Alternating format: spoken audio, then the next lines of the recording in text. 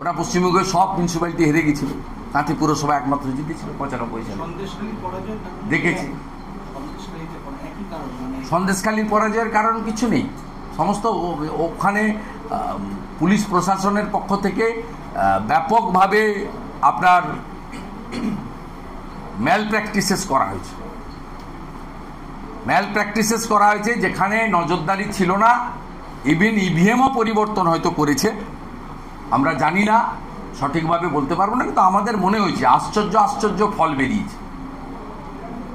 1,68,000 ভোটে ঘাটাল লোকসভা কেন্দ্রে কেউ জেতে, 7,19,000 না 7.5 লক্ষ ভোটে ডায়মন্ড হারবার কেউ জেতে, 4 লক্ষ ভোটে জয়নগরের আসন কেউ জেতে।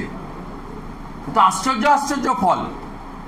কে কোথায় ভোট দিয়েছে খুঁজে পাচ্ছেন না, যে আমার ভোটটা গেল কোথায়। এক একটা বুথ বেরোচ্ছে, বুথের আমরা ইনিশিয়ালি পেয়েছি, কাল থেকে সবাই পোস্টমর্টম করবেন, দেখবেন লিস্ট পেয়ে যাবেন। এক একটা বুথে অন্য মানে কারোরই ভোট নেই, সব ভোট একজন নিয়ে চলে গেছে। এইসব করেছে। অতএব এই রাজ্যে আমাদের লড়াই চলবে, এবং আমরা গণতন্ত্রে মানুষই শেষ কথা বলে, দম্ভ উদ্ধত্ত অহংকার শেষ কথা বলেন না। মুখ্যমন্ত্রী চুরি দুর্নীতি ঢাকার জন্য ইডি সিবিআইকে নিয়ে খুব আতঙ্কিত ছিলেন। আজকে তার প্রেস কনফারেন্সে রাজনৈতিক বক্তব্য থেকে ইডি সিবিআইকে আক্রমণ এটা বেশি ছিল, এবং তিনি ভুলভাল তথ্য দিচ্ছেন, আইন করতে পারবেন না, আইন আনতে পারবেন না। ওগুলোর মোদিজি আছে তো বুঝিয়ে দিবে। এনডিএ 300-র উপরে আসন পেয়েছে, এবং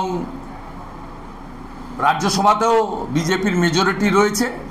আর আজকের জনাদেশে বিভিন্ন রাজ্যে ভারতীয় জনতা পার্টির, বিশেষ করে উড়িষ্যার যে রেজাল্ট 21-এর মধ্যে 19, বা টিডিপিকে 7 নিয়ে অন্ধ্রপ্রদেশে যে রেজাল্ট, আপনার সাউথে যেভাবে ভারতীয় জনতা পার্টি পেনিট্রেট করেছে, এবং বেঙ্গলে অলসো সিট হয়তো 12 হয়েছে, 22 হয়নি, কিন্তু percentage of vote, a huge percentage of vote, প্রায় হিসাব এলে বোঝা যাবে 2.5 কোটির কাছাকাছি ভোটার পদ্মফুলে ভোট দিয়েছেন এই নির্বাচনে, যেটা 2,28,00,000 ভোট ছিল আপনার লোকসভা মানে বিধানসভার ভোটে। যদিও ভোট পার্সেন্টেজ কম পড়েছে, আমি জানি না সংখ্যাটা অ্যাকচুয়ালি। অর্থাৎ সব মিলিয়ে মানুষের সমর্থন, বিরাট অংশের সমর্থন ভারতীয় জনতা পার্টির সঙ্গে ছিল। একে মর্যাদা দিয়ে বিজেপি কাজ করবে। আজকে সরবেরিয়া থেকে শুরু করে একাধিক জায়গায় বিজেপির পার্টি অফিস জ্বালিয়ে দেওয়া হয়েছে, ভাঙচুর করা হয়েছে, কি বলবেন? বাসন্তীতেও একই ঘটনা ঘটেছে, বিভিন্ন জায়গায় জেতার পরই পোস্টপোন ভায়োলেন্স শুরু হয়ে গিয়েছে। দাদার পুলিশ থাকা সত্ত্বেও যে এইগুলো হচ্ছে, না দাদার পুলিশ কি করে থাকবে? দাদার পুলিশ তো কন্ট্রোল বাই দি আপনার পিসির পুলিশ কন্ট্রোল করছে স্বাভাবিকভাবে। এটা তো ইন্ডিপেন্ডেন্টলি কাজ করতে ওদের প্রেজেন্স যতটা হয়, এবং আমরা চেষ্টা করছি, আমরাও অ্যাক্টিভ করে দিয়েছি সবাইকে।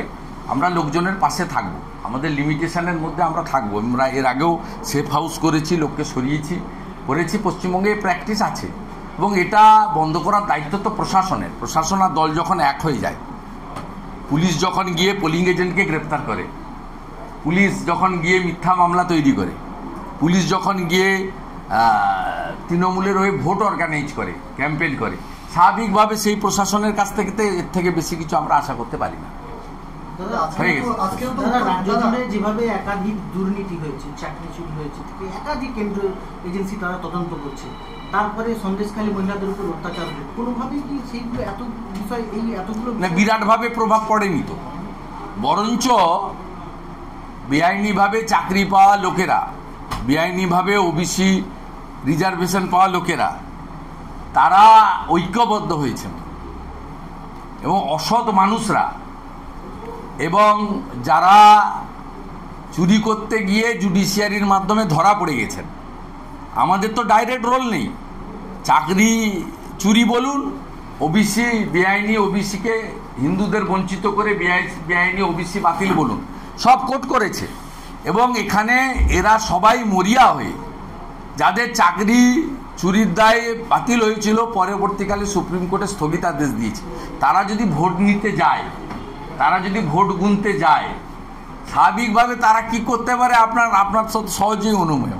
তা আপনি আমাদের কাছে বলে এলাম, আপনি ভাবতে পারবেন ভবানী ভবনে যে পুলিশ নিরাপত্তা এবং নির্বাচনের কাজে দায়িত্ব ছিল, তারা বিকালবেলা সবুজ আবুরি মেখে ভবানী ভবনের সামনে ছবি তুলছে, কলকাতায় পুলিশ হেডকোয়ার্টারের সামনে।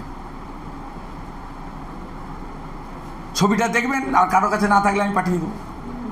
তাহলে আপনি বুঝুন যে পুলিশ সরাসরি একটি রাজনৈতিক দল, তার বাড়িতে গিয়ে সে ব্যক্তিগত মত প্রকাশ করতে পারে, কিন্তু সে পুলিশ হেডকোয়ার্টারের সামনে দাঁড়িয়ে সবুজ আবির মেখে যদি করে, তাহলে তার সে কি কাজ করেছে নির্বাচন চলাকালীন বা নির্বাচনের সময় বা গণনার সময়, এটা সহজেই অনুমান। কিন্তু এই ব্যবস্থাও ভাঙতে হবে, এই ব্যবস্থাও ভাঙতে হবে। 2004 সালেও সিপিএম সর্বোচ্চ আসন পেয়েছিল, কংগ্রেস 4টে পেয়েছিল, তৃণমূল 1টা পেয়েছিল, আর সব সিপিআইএম পেয়েছিল, 37টা আসন পেয়েছিল সিপিআইএম। সেসব দিনও আমরা দেখেছি, তৃণমূল 9 থেকে 1 সেটাও দেখেছি, তৃণমূলের ঝাঁপ বন্ধ হয়ে যাওয়া সেটাও আমরা দেখেছি। বিজেপি তার থেকে ভালো অবস্থায় আছে। 2004 সালে 29% ভোট পেয়েছিল তৃণমূল, আজকে তো আমরা 39% ভোট পেয়েছি। বিরাট জনাদেশ আছে, এই জনাদেশকে কাজে নিয়ে আমাদের আগামীকাল থেকেই নতুন করে যাত্রা হবে শুরু। আমরা কেউ বিচলিত নই, কেউ বিধ্বস্ত নই, কেউ হতাশও নই। মোদিজি প্রধানমন্ত্রী হচ্ছেন এবং প্রধানমন্ত্রী হওয়ার দিন নিশ্চিতভাবে অন্যের বিরক্তির কারণ না হয়ে, অন্যকে উত্ত্যক্ত না করে, তার উপর হামলা মামলা না করে শান্তিপূর্ণভাবে আমরা সেলিব্রেশন পালন করব। ঠিক আছে, বিজ্ঞাপনের চমক নয়, আছে আগামী দিনের প্রতিশ্রুতি, মানে কর ফ্যাশন। ছেলেদের যাবতীয় নিত্য নতুন পোশাকের বিপুল সম্ভার নিয়ে নবরূপে সজ্জিত কর ফ্যাশন। বিশেষ করে মনে রাখবেন, আমাদের নতুন সংযোজন ছোট ছেলেদের পোশাকের বিপুল সম্ভার। আমাদের ঠিকানা ময়না রবিবারের বাজার। আমাদের আরেকটি শাখা বলাইপন্ডা বাজার, চৌরাস্তার দক্ষিণে ময়না। মনের মতন পোশাক মানেই কর ফ্যাশন।